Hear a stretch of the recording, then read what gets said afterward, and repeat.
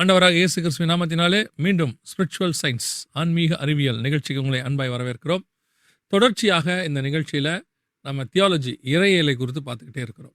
பொதுவாக நம்ம அந்த சயின்டிஃபிக்கல் விஷயங்களை வச்சு நம்ம வசனம் எப்படி அப்படின்றத நம்ம பார்த்துக்கிட்டு இருந்தோம். நம்முடைய வசனம் எவ்வளோ அட்வான்ஸ்ட் அப்படிங்கிறத. அதே நேரத்தில் இந்த சயின்டிஃபிக்காக அதே நேரத்தில் இறையியலை அந்த தியாலஜி அதையும் சேர்த்து நம்ம பார்த்துக்கிட்டே இருக்கிறோம். இப்போது வரிசையாக அநேக காரியங்கள் ரட்சிப்புக்கு எதுவானது இந்த மாதிரி காரியங்கள் நிறைய பார்த்துக்கிட்டே இருந்தோம். இப்போது கிரியை கிருபை இந்த ரெண்டுத்துக்கு நடுவில் உள்ள வித்தியாசங்களை நம்ம பார்த்துட்டு வந்துட்டே இருக்கிறோம். இன்றைக்கும் நம்மோடு பிரதர் ரூபன் வந்திருக்கிறாங்க. நம்ம அவங்களோட நிறைய டிஸ்கஸ் பண்ண போகிறோம். அதுக்கு முன்னாடி அவங்களுடைய சேனல் வாய்ஸ் ஆஃப் பைபிள் அந்த சேனலில் இந்த ப்ரோக்ராம்ஸ் எல்லாம் வருது. அதை குறித்து பாருங்கள். இந்த நிகழ்ச்சியின் முடிவில் உங்களுக்கு ஒரு காரியம் சொல்ல போகிறோம். அதையும் நீங்கள் கவனிக்கணும். சரியா? சரி, வாங்க நம்ம பிரதரை பார்க்கலாம். Praise lord brother. Praise lord. சந்தித்து ரொம்ப சந்தோஷம். ரொம்ப சந்தோஷம். Thank you so much for your invitation once again. கர்த்தர் இந்த ப்ரோக்ராம் மூலயமா நிறைய காரியங்கள் நிறைய சாட்சிகளை கேட்க கர்த்தர் கிருபை தந்திருக்கிறார். கர்த்தருக்கு ஸ்தோத்திரம். ஏற்கனவே சொல்லுவேன் அதாவது நான் கமெண்ட்ஸ் ஆன் பண்ணி வைக்கிறதுக்கு ரீசன் ஜனங்கள் அதனுடைய மனநிலை அல்லது அவங்க ஏதாவது கேட்க விரும்பினா அப்படின்னு. பொதுவாக என்னுடைய ப்ரோக்ராம்ஸில் நான் கமெண்ட்ஸ் ஆன் பண்ண மாட்டேன். இந்த ப்ரோக்ராமுக்கு நம்ம ஆன் பண்ணி வச்சுருக்கோம். ஒரு சில ப்ரோக்ராம் 1-2க்கு மட்டும் ஆன் பண்ணியிருக்கிறோம். காரணம் ஜனங்களுக்கு தேவையான காரியங்களை சொல்லணுன்றதுக்காக தான். ஸோ கமெண்ட்ஸ்லாம் நீங்களும் பார்த்துருப்பீங்க நான் நினைக்கிறேன், இல்லையா? நிறைய பேர்கிட்ட நம்ம அந்த கமெண்ட்ஸ் வழியாக இன்னொரு விஷயத்த சொல்ல போகிறோம். அதுக்கு தான் இதை நான் சொன்னேன். கடைசியாக நம்ம அதை பற்றி சொல்லுவோம். இன்றைக்கி நம்ம என்ன பிரதர் பார்க்க போகிறோம்? Definitely all glory to Jesus. நம்ம யூஸ்வலாக சொல்கிற மாதிரி 200% க்ளோரி டு ஜீசஸ். கமெண்ட்ஸ் நீங்கள் சொன்னோன்னு ஒரு இது வருது. நிறைய பேர் ஒன்றும் இல்லை 2-3 பேர் கேட்டிருந்தாங்க. என்ன சொன்னோம் அப்படின்னா, ஜீசஸ் 100% ஹியூமன் பீயிங் 100% காடுங்கிறத நம்ம மல்டிபிள் எபிசோட்ஸ் சொல்லிகிட்டே வந்தோம். என்ன கேட்குறாங்கன்னா, அது எப்படி லாஜிக்கலி கொஹரண்ட்டாக இருக்கும்? ஒன்று 100% ஹியூமனாக இருக்கணும், இல்லாட்டி 100% காடாக இருக்கணும். இது எப்படி லாஜிக்கலி கொஹரண்ட்டுங்கிறத நம்ம இந்த ஃபஸ்ட் மாடூலில் பண்ண போகிறதில்ல. செகண்ட் மாடூல் ஒரு சில எபிசோட்ஸ் தள்ளி நம்ம ட்ரினிட்டிங்கிறதுக்கு தான் போகிறோம். அந்த ட்ரினிட்டி கீழே இது எல்லாத்தையுமே டீட்டெயில்டாக டிஸ்கஸ் பண்ணலாம். Okay, right. சரி பிரதர். நம்ம போன வாரம் கிரியை கிருபை இது ரெண்டுத்துக்கு நடுவில் சில விஷயங்களை பார்த்துட்டே இருந்தோம். அது தொடர்ச்சியாக தான் நம்ம பார்க்கலாம் பார்த்தோம். இன்றைக்கி நம்ம என்ன பார்க்கலாம்?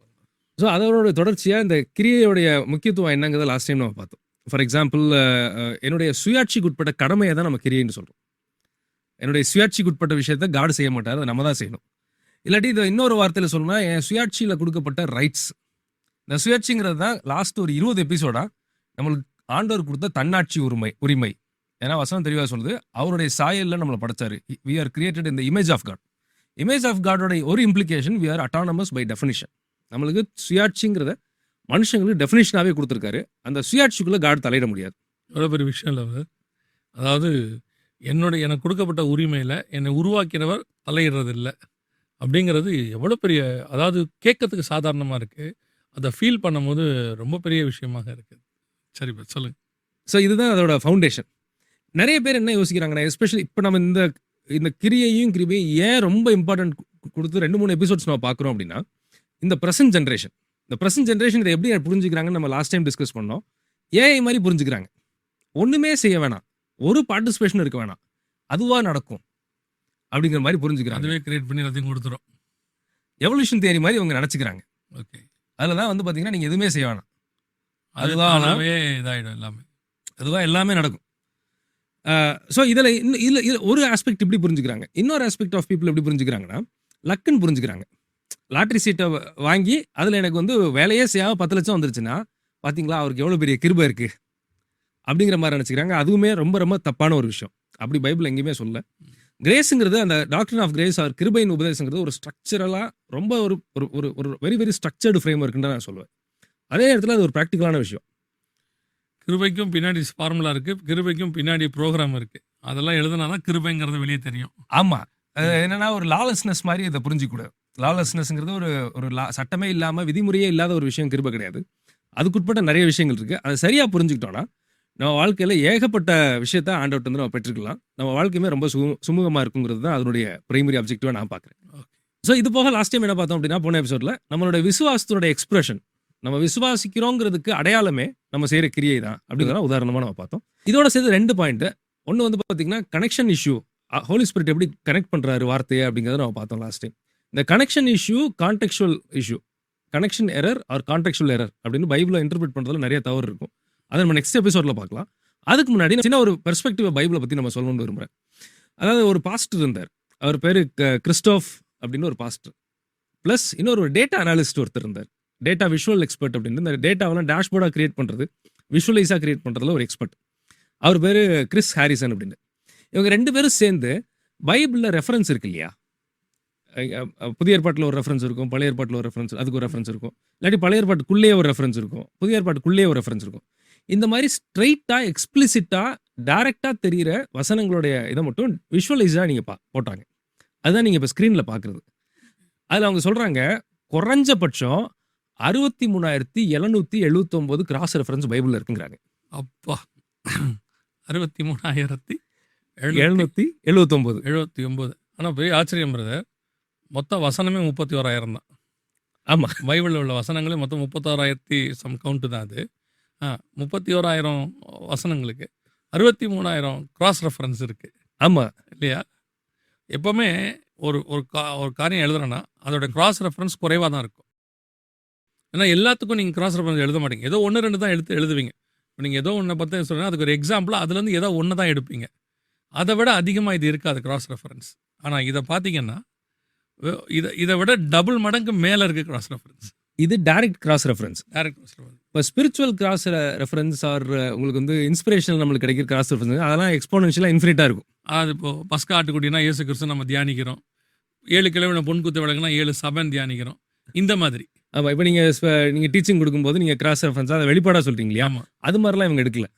பைபிள் இங்கே இருக்குது அதை பற்றி இங்கே இருக்குது, இந்த ரெண்டும் இந்த ஏசாயால சொல்கிற மாதிரி ஜோடு இல்லாமல் இருக்காது அப்படின்னு. ஆமாம், அதான் நம்ம லாஸ்ட் டைம் பார்த்தோம் இல்லையா, கர்த்தருடைய புஸ்தகத்திலே தேடி வாசியுங்கள், அவைகள் ஒன்றும் குறையாது, அவைகள் ஒன்றும் ஜோடு இல்லாதிராது, அவருடைய வாய் இதை சொல்லிட்டு அவருடைய ஆவி இவைகளை சேர்க்கும். அப்போ அந்த ஜோடு மட்டுமே 63,000 இருக்கு. 63,000 ரெஃபரன்ஸ் இருக்கிறதுக்கு இருக்கு.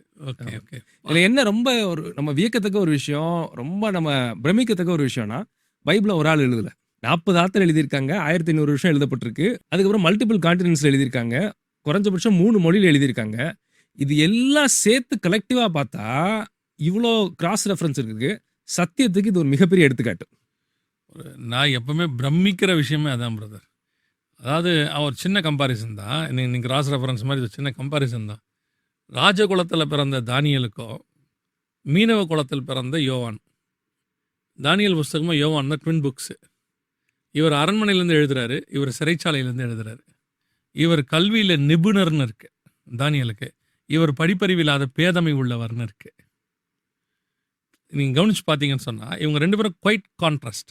இவர் க்ரீக்கில் எழுதுறாரு, அவர் ஹீப்ரூவில் எழுதுறாரு. இது வந்து பார்த்தீங்கன்னா, ஆனால் இவங்க 2 பேரும் அவ்வளோ அட்டாச்சாக பக்காவாக எழுதியிருப்பாங்க. இவங்க 2 பேருக்குமே காலகட்டமே பார்த்தீங்கன்னா மோர் தேன் ஒரு 600 இயர்ஸ்க்கு மேலே இருக்கும்.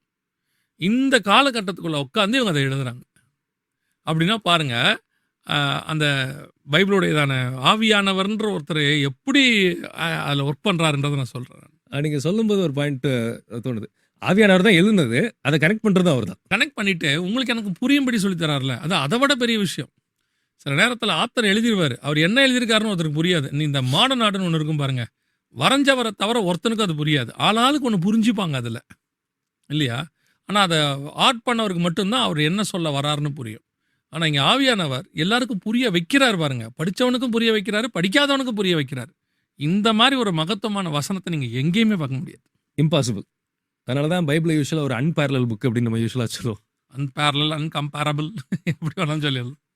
ஸோ இது வந்து நம்ம எதுக்கு இதை சொல்கிறோம் அப்படின்னா, இன்றைக்கி அறிவு பெருக்கம் ஜாஸ்தியாக இருக்குது. இவங்கெல்லாம் யோசிக்கும்போது மனுஷனுக்கு தெரிஞ்ச அத்தனை லாஜிக்ஸ், ஃபிலாசபியில் இவங்க படித்த அத்தனை லாஜிக்ஸை வச்சும் பைபிளை டெஸ்ட் பண்ணால் அது சத்தியத்தை தவிர வேறு எதுவும் இருக்கிறதுக்கு வாய்ப்பே இல்லைங்கிற ஒரு கன்க்ளூஷனுக்கு நிறைய பேர் வந்துருவாங்க. ஸோ இப்போ நம்ம பழைய ஏற்பாட்டிலேருந்து ஏன் கிரியை முக்கியம், ஏன் என்னுடைய பார்ட்டிசிபேஷன், என்னோட எஃபர்ட்ஸும் முக்கியங்கிறதுக்கு ஒரு சில எக்ஸாம்பிள்ஸை பார்த்துட்டு அதுக்கப்புறம் நம்ம புதிய ஏற்பாட்டுக்கு வரும். எக்ஸாம்பிள் நம்பர் 1, ஆண்டவர் வந்து ஆதாமையும் ஏவாளையும் உருவாக்கி ஒரு பியூட்டிஃபுல்லான கார்டன் ஏதேன் தோட்டத்தில் வைக்கிறார். ஏதேன் தோட்டத்தில் வச்சது ஆண்டவர் கொடுத்த கிருபைன்னு வச்சுக்கோ. அதை பண்படுத்துறதையும் காக்கிறதும் அவங்களுக்கு கொடுக்கப்பட்ட கடமை. இது வந்து அவங்க பண்ண வேண்டிய எஃபர்ட்ஸ், அவங்க செய்ய வேண்டிய வேலை. இதில் 2 விஷயம் இருக்குது. ஒன்று, அதை செய்யலாம், செய்யாமலும் இருக்கலாம்.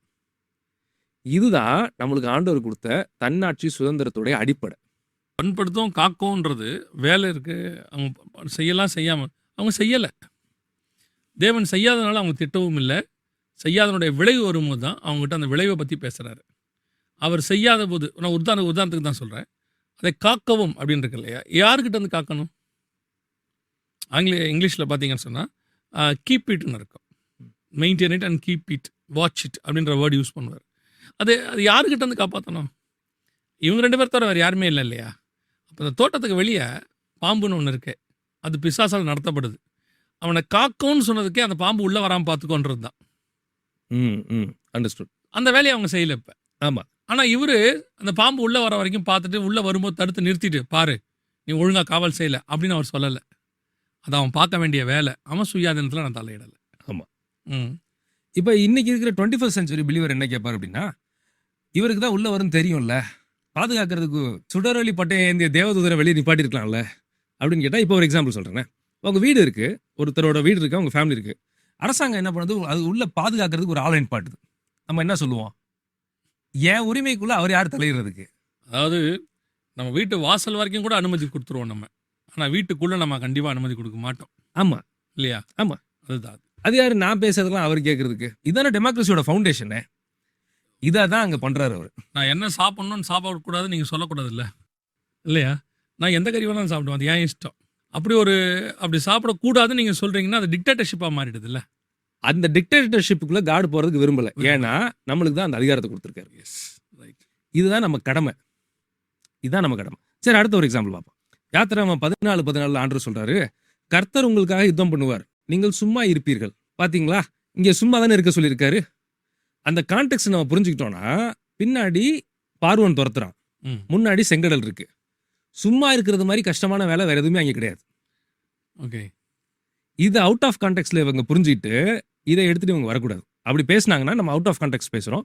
Out of context or contextual error என்னங்கிறத நம்ம நெக்ஸ்ட் எபிசோட்லயே நம்ம டிஸ்கஸ் பண்ணுவோம். இப்போ அந்த சும்மா இருப்பீர்கள் அந்த இடத்துல சொல்றாரு இல்லையா, சும்மா இருப்பீர்கள்னா என்ன அர்த்தம் அப்படின்னா, போய் சபால் கால் போட்டு உட்காருங்கன்னு அர்த்தம் இல்லை. அதுக்கு பேர் அங்கே போய் நீங்கள் சும்மா இருங்க அப்படின்னா போய் உட்காருங்கன்னு அர்த்தம் இல்லை. அதே இடத்துல மோசே போய் கேட்குறாரு. மோசே கிட்ட போய் கேட்ட உடனே கர்த்தர் மோசே கிட்ட என்ன பதில் சொல்கிறாருன்னா, நீ என்னிடத்தில் வந்து முறையிடுகிறது என்ன? இந்த சேம் வேர்டு அங்கே இருக்கும். என்னிடத்தில் வந்து முறையிடுகிறது என்ன? கோலை கடலின் மேல் நீட்டு அப்படின்னா என்ன அர்த்தம்னா, I gave you the authority, உனக்கு ஒரு சுயாட்சி கொடுத்துருக்குறேன், அதை ஆளுகை செய்கிற பொறுப்பு உங்ககிட்ட தான் இருக்கு.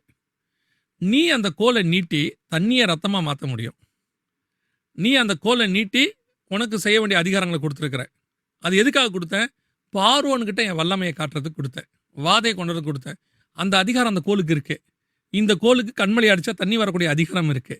இந்த கோலுக்கு செங்கடலை பழக்கிற அதிகாரம் இருக்கு. நீ செய்ய வேண்டியதை செய்யும் தான் அந்த இடத்துல சொல்றார். ஆனால் பார்வோனுடைய ரதத்தினுடைய உருளையை கழட்டுறது ஏன் வேலை. அதை நீ பண்ண வேண்டாம். அதை நீ பண்ண வேண்டாம். நீ உனக்கு கொடுத்த அதிகாரத்தை யூஸ் பண்ணு. நீங்கள் சும்மா இருப்பீர்களா என்ன அர்த்தம்னா, என் வேலையில் நீங்கள் தலையிடாதீங்க, உங்கள் வேலையை மட்டும் நீங்கள் பார்த்துட்டு இருங்க, யுத்தத்தை நான் பண்ணிக்கிறேன்.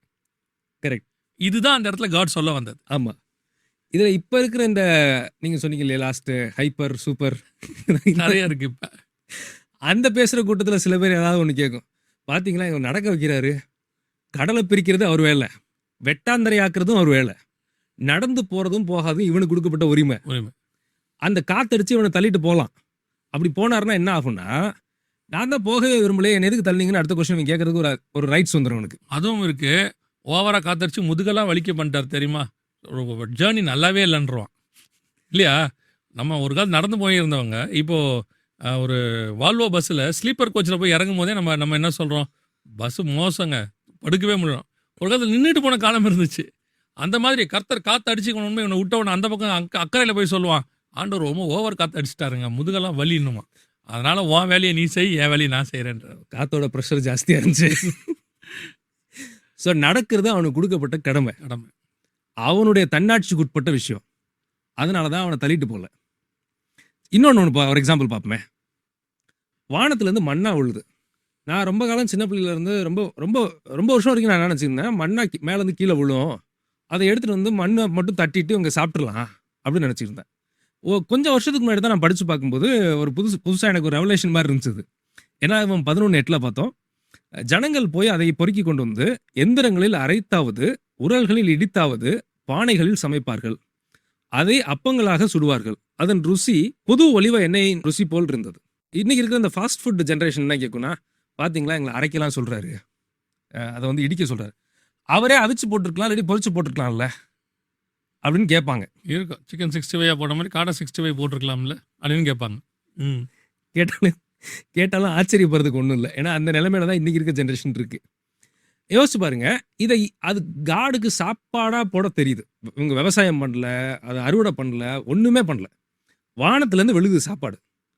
அதை ஸ்ட்ரைட்டாக சாப்பிட்ற மாதிரி ஃபாஸ்ட் ஃபுட் மாதிரி போடுறதுக்கு காடுக்கு தெரியும், முடியும். ஏன் பண்ணல அப்படின்னா அதுதான் இவங்களுடைய ஆட்சிக்கு உட்பட்ட ஒரு விஷயம். ஆண்டவருக்கு எங்கே எப்படி செய்யணும்னு தெரியும். இப்போ வனாந்தரத்தில் 5000 பேர் கொடுத்தாருல, அவங்கள சமைச்சு சாப்பிட சொல்லலை. அவங்களுக்கு அப்பப்போ மீனும் பொரிச்சதாக தான் கொடுத்தது. அங்கே வந்து ஃப்ரெஷ் மீன் கொடுக்கல. ஏன்னா அங்கே அவனுக்கு அதை கொண்டு வரக்கூடிய சூழ்நிலை வேறு, அதோடைய ஸ்பிரிச்சுவல் கான்டெக்ட் வேறு. அதனால் அவனுக்கு அங்கே கொடுக்குறாரு. இப்போ எலியாவுக்கு வானத்திலேருந்து தூதன் கொண்டு வந்து அடையை கொடுக்குறாரு. அடையை கொடுக்கும்போது தலையில் சுடப்பட்ட அடை செஞ்சு தான் கொடுக்குறாரு.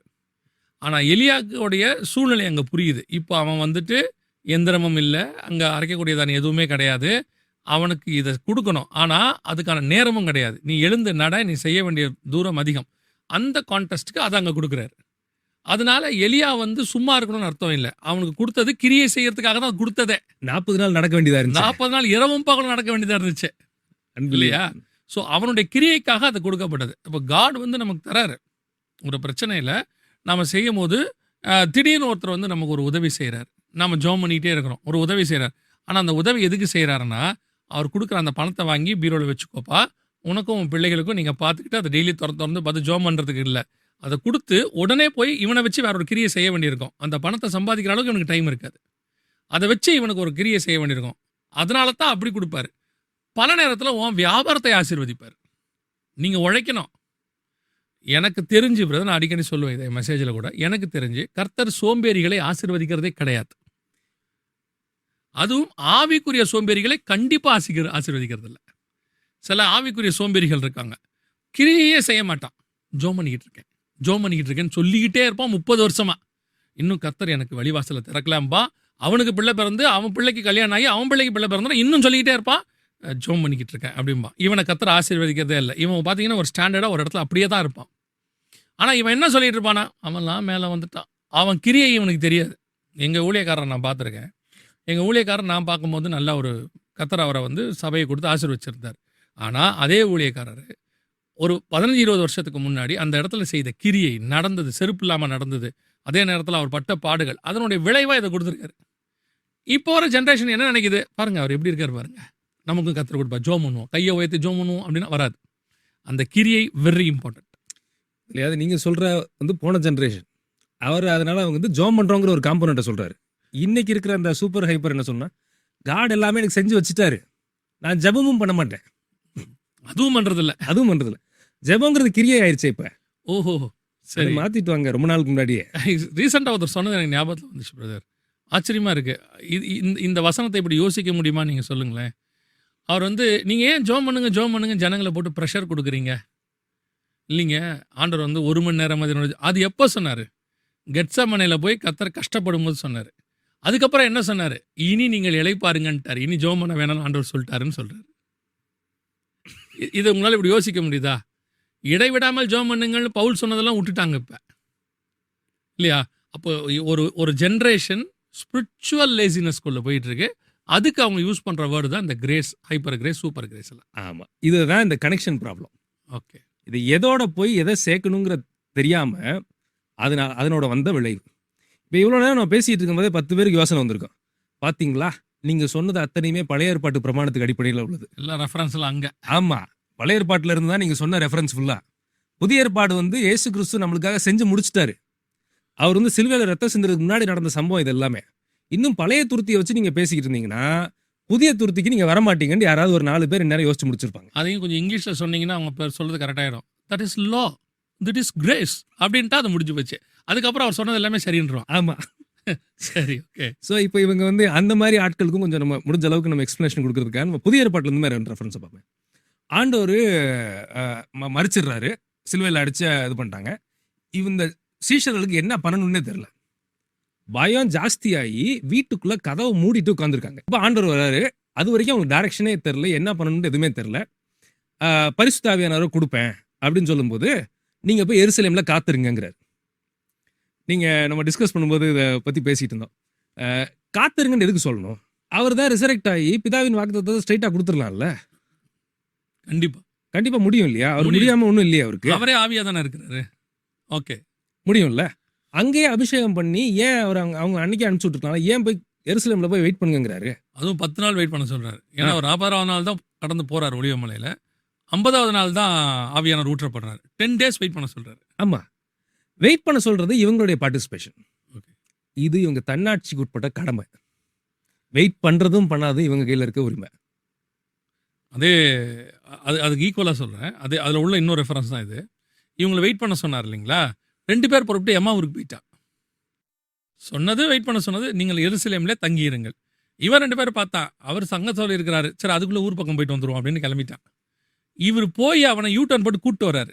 நான் உன்னை எருசலேம்ல தானே இருக்க சொன்னேன், நீ ஏன் இங்கே வந்தன்ற மாதிரி அவங்களுக்கு அப்பம் எடுக்க வச்சு அவங்க கண்களை திறந்து அவங்க உடனடியாக அந்த ராத்திரியிலே புறப்பட்டு எருசலேமுக்கு வந்தாங்க. ஏன்னா இவனுங்களை எருசலேமில் வச்சு ஆசீர்வதிக்கணும். அதுக்கு இவன் எங்கே இருக்கணும்? அங்க இருக்கணும். சரி, இப்போ மோசே காலத்துல பாளையத்துக்கு வராம 2 பேர் வீட்டுல இருந்தான். அங்கேயே அபிஷேகம் வந்துச்சுல. Correct. அதே மாதிரி இவங்க 2 பேரும் எம்மா ஊர்ல வச்சு நிரப்பி இருக்கலாம்ல. அவனை திருப்பி எதுக்கு எருசலேமுக்கு வர சொல்றாரு? அப்ப நான் ஒன்னு சொன்னேன்னா அந்த கிரியை நீ செஞ்சினா என் கிருபை உன்மேல் வரும். எக்ஸாக்டா அதான் அங்க வருது இல்லைங்களா? அந்த திரும்ப போறதும் போகாததும் அவன் சுயாட்சிக்கு உட்பட்ட விஷயம். அதான் கரெக்ட். அவங்க போகவும் செய்யலாம், போகாம இருந்து அதை இழக்கவும் செஞ்சிருக்க வாய்ப்பு இருக்கு. இந்த எருசலேம்ல இருக்கலாம், எம்மா ஊருக்கும் போகலாம். அதுவும் அவங்க கையில உள்ளது. ரைட். இது மட்டும் இல்லாம நம்ம பார்ப்போம். அதுக்கப்புறம் ஆவியானவர் வராரு. ஆவியானவர் வந்து டைரக்ஷன் கொடுக்குறாரு. எங்க போகணும், எங்க போகக்கூடாது, எதை சொல்லணும் சொல்லக்கூடாதுன்னு எல்லாம் சொல்றாரு. பேதுரு எந்திரிச்சு பேசுறாரு. பேசும்போது இருதயத்துல குத்தப்பட்டு ஒரே நாள்ல 3000 பேர் ரட்சிக்கப்படுறாங்க. அந்த இருதயத்துல போய் குத்துனது இவர் வேலை, பேசுனது இவருக்கு உட்பட்ட கடமை. எக்ஸாக்ட்லி. இருதயத்துல இவர் பேசாம அவங்க கிட்ட போய் அப்படியே ஸ்பிரிச்சுவலா அவங்க இன்ஸ்பயர் பண்ண முடியாத காணால. பவுலுகிட்ட பேசினவர் 3000 பேர்ட்ட பேசிட்டு போறாரு. பவுலே சவுலே சவுலே ஏன் என்னை துன்பப்படுத்தினா கேட்குற மாதிரி 3000 பேரை கவனிங்கள்னா, அப்போ இஸ்ரவேல் கோத்தரத்துக்கு மலையிலேருந்து பேசினவருக்கு, இடி முழக்கத்தவள பேசினவருக்கு இவங்களுக்கு பேசுறதுக்கு எவ்வளோ நேரம் ஆகும்? என்ன நேரம் ஆயிரப்போகுது? ஓகே, ஏன் இதையும் நம்ம மனுஷன் மூலமா பண்றாருன்னா, இதுதான் மனுஷனுக்கு கொடுக்கப்பட்ட சுயாட்சி. இதை மனுஷன் மூலமா செய்யணும்னு விரும்புறாரு. அவனுக்கு அதில் ஒரு பங்கை வச்சிருக்கிறார். அவனுக்கு அதில் ஒரு பங்கு வச்சிருக்காரு. எஸ், அவனுக்கு ஒரு பங்கு வச்சிருக்காரு. இதுதான் ப்ராசஸ். அதே சொல்லும் போது எனக்கு இன்னும் ரெஃபரன்ஸ் ஞாபகத்துக்கு வருது. இப்போ காந்தாக்க மந்திரியை ஆவியில் கொண்டு போய் பிலிப்பியை பார்க்க வச்சார்ல, ஆமாம் தானே? அதே மாதிரி இவங்க அத்தனை பேரையும் 12 பேரையும் ஆவிலே கொண்டு போயிடலாமே எல்லா இடத்துக்கும். ஏன் கப்பலில் பிரயாணப்படணும்? ஏன் அப்புறம் அவங்க அங்கே நடந்து போனார்கள்னு இருக்கு. அப்போ இவங்க செய்ய வேண்டிய கிரியைகள்னு கொஞ்சம் இருக்கு.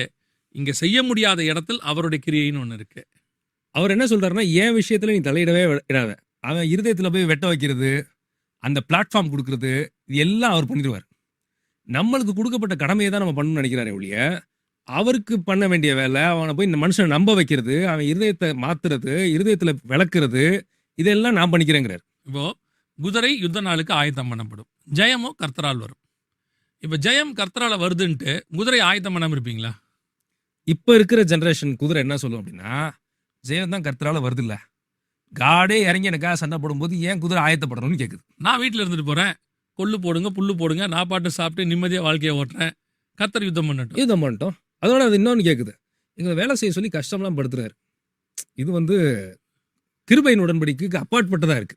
கர்த்தர் அப்படி சொல்லலன்ட்டான். ஏன்னா இவர் இவங்ககிட்ட இப்போ பேசுறதுல இல்லை, அதனால இவன் தைரியமாக சொல்ல ஆரம்பிச்சிட்டான். கர்த்தர் அப்படிலாம் சொல்லுங்க, இனி சும்மா இருப்பீர்கள்ன்ட்டார். அவ்வளோதான். அவர் எப்படி அப்படிலாம் சொல்லுவாரு? சொல்றதுக்கு வாய்ப்பு இல்லையே. இது ஆன்டி பிப்ளிக்லே அப்படின்னு கேட்பாங்க. இப்படி கேட்கக்கூடாதுங்கிறதுக்கு தான் 7 எக்ஸாம்பிள் நம்ம சொல்லியிருக்கோம்.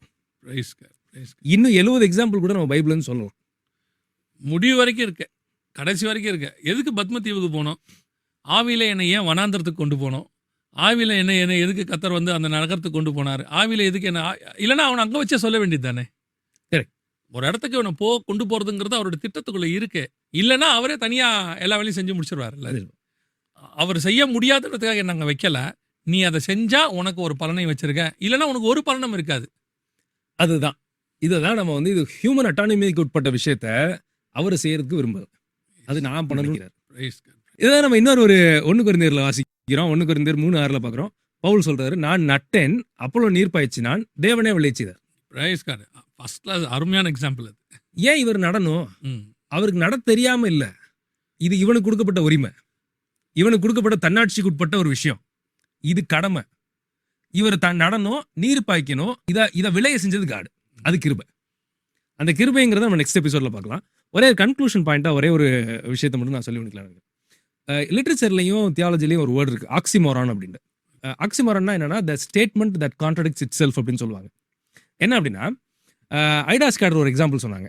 டாக்டர் ஐடா ஸ்கேடர்ங்கிறவங்க நமக்கு தெரியும். CMC உடைய இது. You can give without loving. நீங்க நேசிக்காம கொடுக்கலாம், தான தர்மம் யாருக்கு வேணாலும் யாருக்கு வேணாலும் தான தர்மம் பண்ணலாம். பார்த்துட்டு பரிதாபப்பட்டு சும்மா போட்டு கூட போகலாம் நீங்க. ஆனா you can't love without giving அப்படிம்பாங்க. Praise God. அவங்க என்ன சொன்னாங்க, இதை ஒரு எக்ஸாம்பிள் சொல்றேன். ஒரு அப்பா இருக்காரு, ஒரு குடும்ப தலைவர் ஒருத்தர் இருக்காரு, ரொம்ப நேசிக்கிற மனுஷன், தங்கமான மனுஷன், அவங்க ஃபேமிலியை ரொம்ப நேசிப்பாரு, ஒய்ஃபை நல்லா நேசிப்பாரு, பிள்ளைங்களையும் ரொம்ப நேசிப்பாரு. ஆனா சாப்பாட்டுக்கும் செலவுக்கு மட்டும் காசு கொடுக்க மாட்டார். இன்னைக்கு ட்ரெண்டுக்கு சொல்லிடுங்க. அப்பா ரொம்ப நேசிப்பாரு, பிள்ளையை கட்டிப்பிடிச்சு முத்தம் கொடுப்பாரு, உன்னை நேசிக்கிறேன்னு சொல்லுவாரு, மொத்த காசையும் டாஸ்மாகில் கொடுத்துட்டு சும்மா வந்து உட்காந்துருப்பாரு வீட்டில். சும்மா உட்காந்து. ஆமா. இதுதான் ஆக்சிமோரான். நேசிக்கிறேன்னு சொன்னா அதனுடைய விளைவு அவருக்கு வீட்டுக்கு செய்ய வேண்டிய கடமைகளை செய்யறது. தன்னுடைய ஒரே பேரான குமாரனை தந்தருளி இவ்வளவாய் உலகத்தில் அன்பு கொடுத்தார். எக்ஸாம்பிளர் எக்ஸாம்பிள் நீங்க சொன்னது. அவர் தராட்டி நான் அவருடைய அன்பை நான் எப்படி புரிஞ்சிருந்திருப்பேன். இப்போ ஒரு தாய் ரொம்ப நேசிக்கிறாங்க அப்படின்னு சொல்லும் பொழுது குழந்தை அழுதா பால் கொடுக்கணும்ல, இல்லையா? கட்டி பிடிச்சி முத்தம் கொடுத்தோம், நேசிக்கிறேன் அழாதடா, நேசிக்கிறேன் அழாதடானா சுற்றி இருக்கிறவன் சொல்லுவான் பாலை கொடு, உன் அன்பை காட்டு, அப்போதானே அந்த பால் கொடுக்கறதுல அன்பும் சேர்ந்து உள்ள போகுது. அதுதான் expression of love. Praise god. இதுதான் ஆண்டவர் சொல்றாரு. யோவான் 14:15 வாசிக்கிறோம், நீங்கள் என்னிடத்தில் அன்பா இருந்தால் என் கற்பனைகளை கை கொள்வீர்கள். நீங்க என்னை நேசிக்கிறீங்கிறதுக்கு ஒரு உதாரணம், ஒரு எக்ஸ்பிரஷன். நான் சொல்ற வேலையை நீங்க செய்வீங்க. இப்ப நம்மளால என்ன சொல்றான் அப்படின்னா, காடை பயங்கரமா நேசிக்கிறோம், ஆனா அவர் சொல்றத செய்ய மாட்டோம். செய்யாம தான் நாங்கள் நேசிக்கிறதே காட்டுறோங்கிறான். நாங்கள் செய்யாம இருக்கோம்ல, காட் எவ்வளோ நேசம் எங்க மேல இருக்காரு, நாங்கள் எவ்வளோ கீழ்ப்படுதலுங்கிறத காட்டுறோங்கிறான். அதுதான் ஆக்சிமோரான். அப்பா நேசிப்பாரு, ஆனா ஃபேமிலிக்கு மட்டும் செய்ய மாட்டாருன்னு சொன்னா, ஒரு சில விஷயம் உடம்பு சரியில்லாம போது அது நான் சொல்லல, நல்லா இருக்காரு, எல்லாம் முடியுது, ஆனா வீட்டுக்கு செய்ய வேண்டிய ஒன்னையும் நான் செய்ய மாட்டேன் அப்படின்னு சொன்னார்னா அவர் நேசிக்கலன்னு தான் அர்த்தம். ரொம்ப அந்த வசனம் ரொம்ப ஆப்ட். தந்தருளி இவ்வளவாய் உலகத்தில் அன்பு கூர்ந்தாருங்கிறது வந்து இது எல்லாவற்றுக்கும் போதுமானதாக இருக்கிறது. ஆமா, ரொம்ப சந்தோஷம் பிரதர். நமக்கு நேரம் முடிவடையுது. இதோட தொடர்ச்சி நம்ம நெக்ஸ்ட் இதுலையும் பார்க்க போறோம். நெக்ஸ்ட் இதுல கிருபையை பத்தி இன்னொரு ஒரு டைமென்ஷன், வேற ஒரு பெர்ஸ்பெக்டிவ்ல இருந்து கிருபையை பார்க்க போறோம்.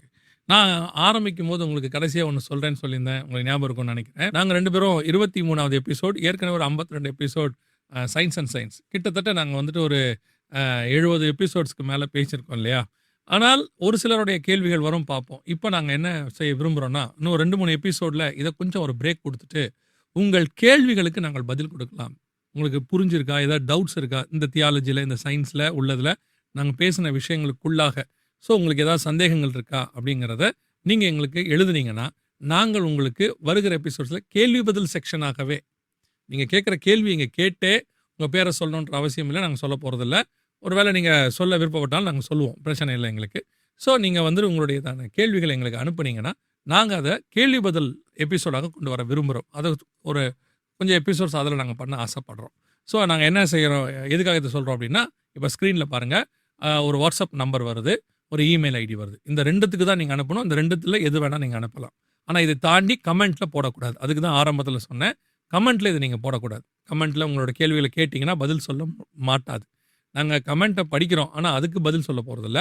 இந்த வாட்ஸ்அப்புக்கும் இந்த இமெயில் ஐடிக்கும் உங்களுடையதான உங்கள் கேள்விகள் எல்லாத்தையும் அனுப்புங்க. இன்னும் ஒரு 2-3 எபிசோட்ஸில் இதை முடிச்சுட்டு அதுக்கு பிறகு உங்கள் கேள்விகளுக்கான பதில் கொடுக்குற எபிசோட்ஸ் வரப்போது. சயின்ஸ் சம்மந்தப்பட்ட, ஸ்பிரிச்சுவல் சயின்ஸ் சம்மந்தப்பட்டது, பிப்ளிக்கல் தியாலஜி சம்மந்தப்பட்டது நீங்கள் கேட்கலாம். கர்த்தருக்கு சித்தமானால் இதே மாதிரி சில காரியங்களோடு உங்களை சந்திக்கிறோம். சொன்ன மாதிரி பிரதருடையதான வைசோ பைபிள் சேனல், அதே மாதிரி இது HLMலையும் வரும், YTVலையும் வரும். 2துலையும் நீங்கள் பாருங்கள். வருக தாமதிக்க நாள் மீண்டும் உங்களை சந்திக்கிறோம். God bless you. Thank you brother.